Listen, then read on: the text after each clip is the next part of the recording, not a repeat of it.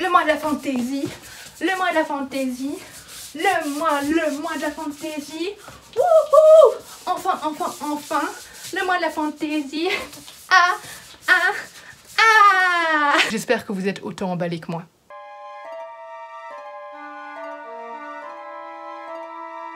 Bonjour tout le monde! On se retrouve aujourd'hui pour présenter ma palle du mois de la fantaisie organisée par Steph. Alors je vais faire le job de Steph parce qu'elle a donné aucune info dans sa vidéo. Donc le mois de la fantaisie, c'est un challenge qu'elle organise déjà depuis plusieurs années qui consiste à lire un maximum de fantaisie durant le mois de mai, donc du 1er au 31 mai. Elle prend, il me semble, la fantaisie au sens large, donc vraiment le terme anglophone. Donc voilà, c'est assez large, on peut y caser un petit peu tout ce qu'on veut, c'est pas vraiment comme au sens francophone où c'est très limité. Donc j'ai préparé une petite palle, je me suis préparé du petit papier parce qu'elle a fait un menu assez spécial, enfin des menus et des sous-catégories assez spéciales qui nous guident à travers une histoire. Donc voilà, je suis prête et c'est parti. L'histoire commence bien au chaud dans notre monde, nous avons appris. Dans cette catégorie, on doit y glisser des romans dans lesquels il y a une notion d'apprentissage, d'école, bref, les personnages doivent en tout cas apprendre quelque chose. Ça peut être juste apprendre à faire du tir à l'arc, je sais pas, ça doit pas être spécialement dans une école, mais voilà, c'est assez large, hein, c'est un thème... Enfin, c'est quelque chose qu'on fait assez régulièrement en fantasy, donc j'avais l'embarras du choix. Moi, j'ai choisi Le Diable Noir de Anne Pouget, c'est le premier tome d'une saga. Ce tome 1 sort chez Scrigno le 29 avril, donc parfait, il sort juste à temps pour le mois de la fantaisie. Dans ce roman, on va y suivre un jeune homme qui va être sauvé in extremis d'un procès par le Diable Noir. Ce Diable Noir va devenir son maître et va faire des demandes très invraisemblables. Voilà, j'en sais pas beaucoup plus, à part qu'on est en France au XIIIe siècle et que j'ai déjà entendu des avis très positifs sur ce roman. Le deuxième menu nous vécut de longues aventures. Dans ce menu-là, il faut y caser des sagas. Autant dire qu'en fantasy, c'est également très facile à trouver. Moi, j'ai mis 2 romans dans ce menu. On va commencer avec Le Maître des Chagrins de Justin Cole. Je vous en ai déjà parlé dans la présentation du prix Hellfest. Alors, petit disclaimer au début, je sais que pour le moment, il y a une grande polémique très justifiée sur les éditions Brajlon. Je ne défends absolument pas les éditions Brajlon, enfin du moins le centre de la polémique, je ne vais pas en dire beaucoup plus, mais ceux qui sont au courant savent de quoi je parle. Néanmoins, voilà, je vais quand même vous présenter des romans Brajlon ici parce que je les ai dans ma pile à lire et surtout les auteurs et les autres employés de la maison d'édition ne sont pas responsables du comportement d'un seul homme. Voilà, petit disclaimer à ce sujet-là. On n'en reparlera plus, mais au moins c'est dit. Donc, le tome 1, donc Le Maître des Chagrins de Justin Cole, c'est Les Dieux Silencieux. Alors ici, je n'ai plus le résumé, mais je me souviens qu'on va y suivre un jeune homme dans une académie, donc celui-là il aurait pu rentrer dans la catégorie juste en haut, et que ce jeune homme, pour accomplir un destin prometteur, va devoir trahir ses amis. Donc voilà, on a une notion d'école, de trahison. Franchement, c'est un roman qui me tentait énormément. Il y a de la magie aussi, de la sorcellerie. Ça a l'air très prometteur. Et j'ai mis également Les Voleurs de Fumée de Sally Green. Celui-là, j'en ai entendu énormément de bien, quasi que des coups de cœur sur les réseaux sociaux. Du coup, j'avais vraiment envie de le caser dans le mois de la fantaisie. Alors, on va y suivre une princesse, un soldat, une chasseuse, un traître et un voleur dans un monde rempli de magie et apparemment la solution se cache au fond d'une bouteille remplie de fumée. J'en sais pas beaucoup plus, le résumé est très intriguant, très mystérieux. La couverture est juste magnifique, je suis amoureuse du travail éditorial et j'ai très hâte de le lire. Je vais pas le dire à chaque roman, mais voilà. Troisième sous-catégorie de ce menu, nous avons rencontré des gens exceptionnels. Désolée, tout à l'heure j'ai dit deuxième menu, mais c'était deuxième sous-catégorie. Donc dans ce menu-là, on doit y glisser de la sorcellerie, de la magie, et moi j'ai décidé d'y mettre Un soupçon de haine de Joe Abercrombie. Alors celui-là, je vous en avais également parlé dans le prix Hellfest, c'était un résumé vraiment très complexe. Tout ce que je sais, c'est qu'on est dans une confrontation entre le monde industriel, donc cette société qui évolue, et les temps anciens, et on va y suivre des mages. Je sais qu'il y avait aussi des complots politiques notamment, il me semble qu'on va y suivre une famille royale, je ne suis plus sûre à 100%, je vous en parlerai plus quand je l'aurai lu. Mais voilà, Joe Abercrombie, en plus c'est vraiment un auteur très réputé dans le domaine, et ce sera mon premier roman de lui. Et enfin, dernière sous-catégorie de ce menu, nous avons découvert que nous avions un destin. Donc là, il faut une idée de quête ou de personnages élus, typiquement Harry Potter par exemple. J'ai mis d'abord Starfell le tome 2 parce que j'ai lu le tome 1 l'année passée, il rentrait également dans la magie. Alors Starfell, on y suit Violette qui est une petite sorcière qui n'a pas des pouvoirs aussi puissants que les membres de sa famille et elle se sent vraiment mal par rapport à tout ça, elle se sent sous-estimée. Jusqu'au jour, là c'est pour le tome 1, où une sorcière, une grande sorcière va la retrouver pour l'aider à retrouver un jour perdu. Parce que le pouvoir de Violette en fait c'est de retrouver des choses perdues. Du coup Violette va aller aider cette sorcière à retrouver le jour perdu et tous les souvenirs attachés à ce fameux jour.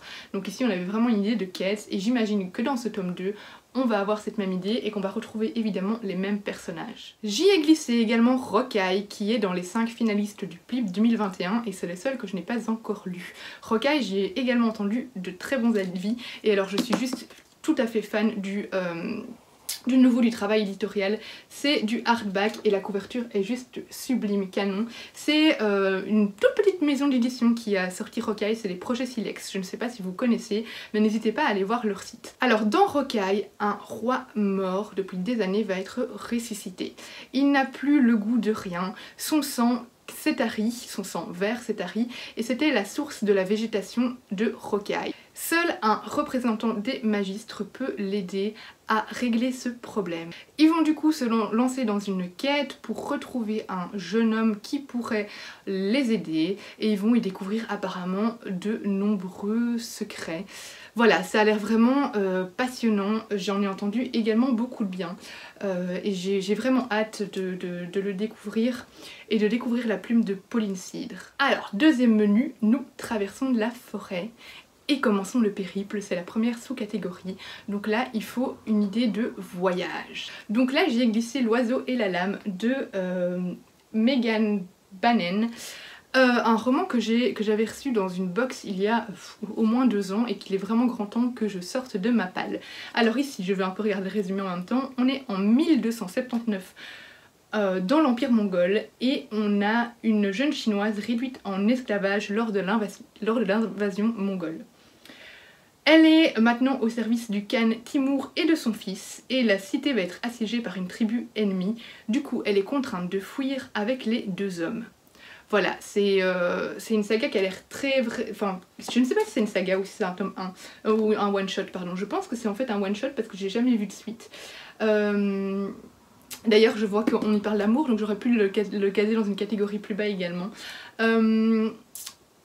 J'ai entendu également parler beaucoup de bien et ici du coup on voyage puisque on nous emmène en Asie et j'ai vraiment envie pour le moment de voyage donc ça tombe très bien.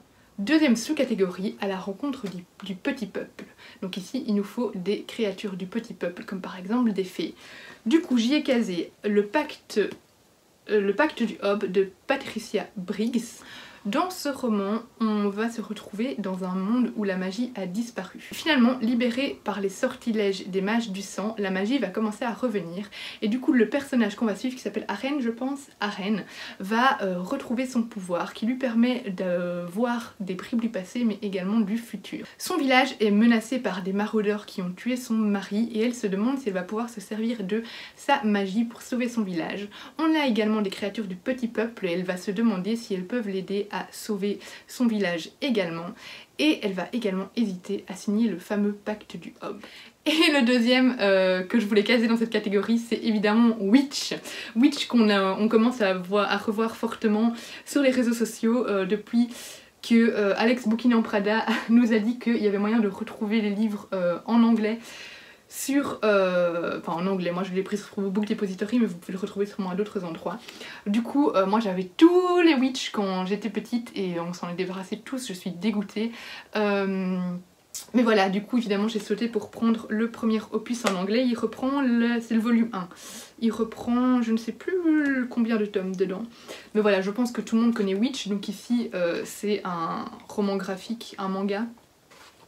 Je sais pas si c'est un manga, bref, une bande dessinée. Oups, voilà, désolée avec le soleil, vous êtes à chaque fois ébloui. Je dois pas vous présenter, je pense, Witch, mais clairement on est dans le petit peuple parce qu'on y suit des fées qui se retrouvent dans une académie pour y apprendre à maîtriser leur pouvoir. Prochaine sous-catégorie, une partie à cloche-pied. Ici, on doit relever un défi. Alors, dans cette catégorie-là, j'ai mis deux romans qui sont publiés chez De Saxus, mais que moi j'ai en VO. Alors, j'y ai mis Le Prieuré de l'Oranger, que vous avez sûrement déjà vu passer, l'autre aussi d'ailleurs. Pourquoi? Parce que c'est une grosse brique et que je le sors pas de ma palle juste pour ça. Et j'ai mis Le Royaume assassiné, parce que j'ai peur de me lancer dedans, vu tous les avis mitigés que j'ai lus dessus. En fait, soit j'ai vu des avis dithyrambiques, soit mitigés, soit des avis très mauvais de gens qui abandonnaient leur lecture en cours. Du coup, ça me fait un petit peu peur. Celui-là, on est dans une réécriture de La Petite Sirène, j'en sais pas beaucoup plus, juste que c'est très sombre. Ce qui me fait peur, c'est la romance dans cette histoire-là. Et ici, on est dans un roman vraiment de profonde fantaisie. De nouveau, j'en sais pas énormément plus, mais je pense que vous en avez entendu assez parler sur les réseaux pour pouvoir vous passer de mon résumé. Dernière sous-catégorie de ce menu, la fin en survolant. Alors celui-là, Steph ne voulait pas accepter les livres que je lui donnais. En fait, je n'en ai donné qu'un. Je voulais absolument caser le nouveau roman de... d'Aurélie Wallenstein, donc c'est Le désert aux couleurs, Le désert des couleurs, dans le mois de la fantaisie. Et finalement, j'ai pas vraiment trouvé de catégorie dans laquelle ça rentrait. Je suis sûre que ça doit rentrer dans une catégorie, mais bref, je verrai, je vais improviser à ce moment-là. Mais Steph disait que ce livre ne rentrait pas dans cette catégorie, du coup je râle, je fais grève. Steph est une méchante. Bref, du coup j'y ai casé deux romans, La Marque des Anges, donc de Laini Taylor qui est connue pour la saga, j'ai oublié le nom évidemment, je l'ai juste là, Le Faiseur de Rêves. Du coup ça c'est une autre saga avec plusieurs créatures, notamment des créatures ailées. On va y suivre des créatures vraiment très différentes, donc il va y avoir des créatures ailées qui vont laisser des empreintes sur les portes, une créature qui collectionne des dents humaines. On va être vraiment sur Terre dans différentes villes, notamment ici à Prague, où une étudiante en art se retrouve au cœur d'une guerre millénaire entre deux peuples. Voilà, ça a l'air passionnant. Et alors Laini Taylor, j'ai vraiment adoré sa plume et son imagination dans Le Faiseur de rêves. Du coup, je suis sûre que je vais aimer celui-là. Et si jamais ça ne marche pas, j'y ai casé SOS Créatures Fantastiques. Là, franchement, Steph, si tu me dis que ça ne va pas dedans, hein, parce que, excuse-moi, mais je vois déjà les créatures ailées sur la couverture. Donc ici, bah, on va y suivre des tas de créatures fantastiques. Donc c'est deux... oula Tui T et Carrie Sutherland. Donc c'est le premier tome d'une trilogie. Alors on nous dit que Logan va découvrir un soir un bébé griffon caché sous son lit et ça va le mener tout droit aux deux élèves les plus bizarres du collège. Alors du coup ici on va suivre différents personnages, il y a une ménagerie, voilà, je vois qu'il y a des gardiens de ménagerie, etc. C'est une saga qui apparemment a beaucoup plu et qui a l'air très sympa. C'est un livre vraiment très jeunesse, hein, publié chez Gallimard, mais qui me tente bien et je pense que je vais passer un bon moment en le découvrant. Dernier menu, vers d'autres contrées et première sous-catégorie pour y trouver l'amour. Donc, est-ce que j'ai besoin de vous décrire cette catégorie? Non, il vous faut de la romance dans la fantaisie. Du coup, j'y ai casé Aladdin, Ce rêve bleu de Liz Braswell. Donc c'est un Twisted Tale, donc c'est en fait une réécriture de conte avec un élément qui change par rapport au conte original. Et ça va changer toute l'histoire. Je pense pas que j'ai vraiment besoin de vous présenter Aladdin.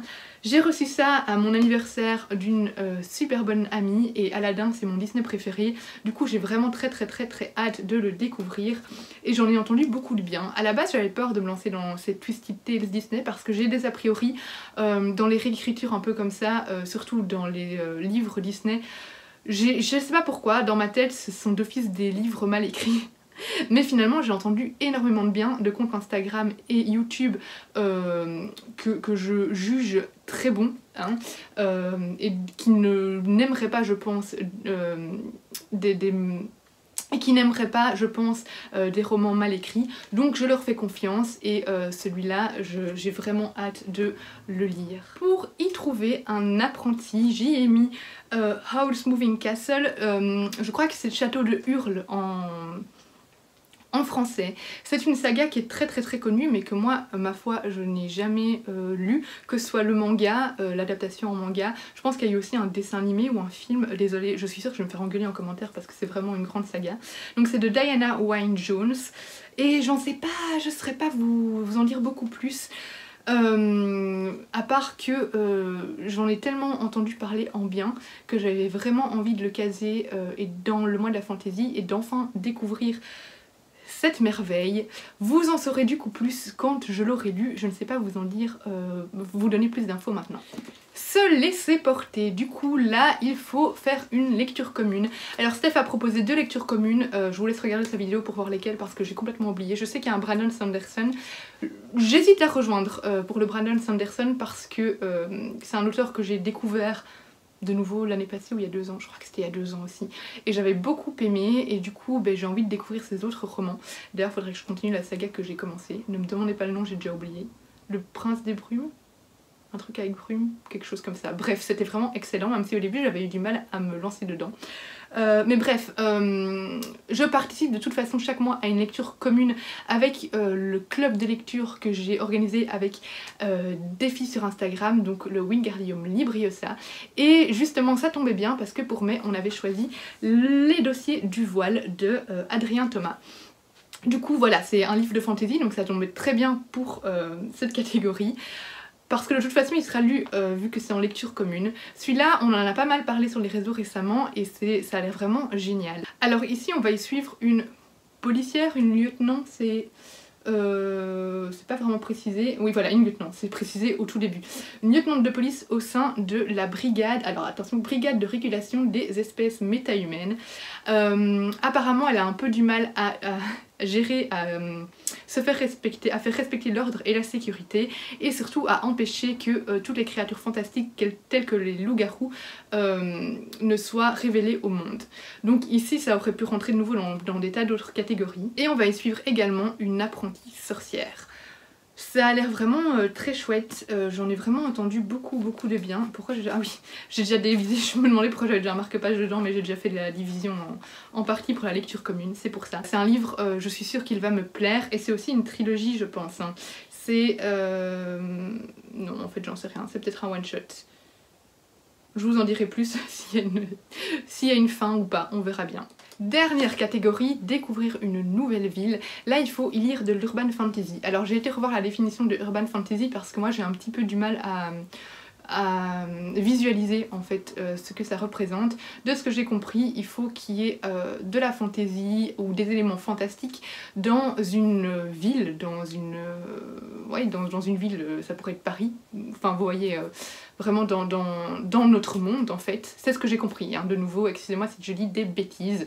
Alors ici j'ai mis un roman fantastique, j'ai mis Le Cauchemar d'Innsmouth de H.P. Lovecraft. Ça y est, je commence enfin à lire cet auteur, j'ai découvert Le Molosse le mois passé et du coup là ce sera mon 2e écrit de ce grand auteur, ce grand classique dans le domaine du fantastique. On va se retrouver en hiver 1927 dans une ville fantôme. C'est un récit vraiment très court, donc voilà, j'ai pas envie d'en apprendre beaucoup plus sur le résumé. L'autre livre, Le Molosse, c'était une nouvelle, ici c'est pas une nouvelle, c'est vraiment un très court roman. Et j'avais adoré l'écriture Lovecraft, même si ici elle est traduite, donc bon, voilà, mais j'avais beaucoup aimé dans Le Molosse et du coup ça m'a vraiment convaincue de vouloir découvrir tous ces autres écrits, surtout que c'est vraiment un maître dans son domaine et que je pense que il serait très intéressant que je le découvre. Et c'est tout pour cette pile à lire du mois de la fantasy. Je pense que je vais vraiment avoir de quoi lire ce mois-là. Je ne sais pas si je vais lire que ça, je pense pas. Je vais lire un peu sûrement de romans contemporains parce que sinon au bout d'un moment je vais en avoir marre. Moi j'ai besoin d'un peu changer de genre, hein. Mais voilà, j'espère tous les lire, honnêtement j'en doute parce qu'il y a quand même pas mal de livres. Je vais calculer combien il y en a d'ailleurs. 1, 2, 3, 4, 5, 6, 7, 8, 9, 10, 11, 12, 13, 14, 15, 16... 17 livres dont en plus le prieuré de l'Oranger qui vaut pour 10 livres. Voilà, on va voir lesquels je lis là-dedans. Mais je suis contente de m'avoir fait une belle palle comme ça parce que... au moins j'ai de quoi piocher. Je pense que j'ai mis quasi tous mes livres de fantasy dans cette pile à lire. Il m'en reste quelques-uns, mais voilà, la plupart y sont. Et j'ai trop hâte de commencer, j'ai trop hâte d'être en mai, je suis surexcitée, ça va être trop bien. N'hésitez pas à liker, partager cette vidéo, à laisser un petit commentaire, à me dire si on a des lectures en commun. Et on se retrouve en mai pour commencer ce challenge. À bientôt!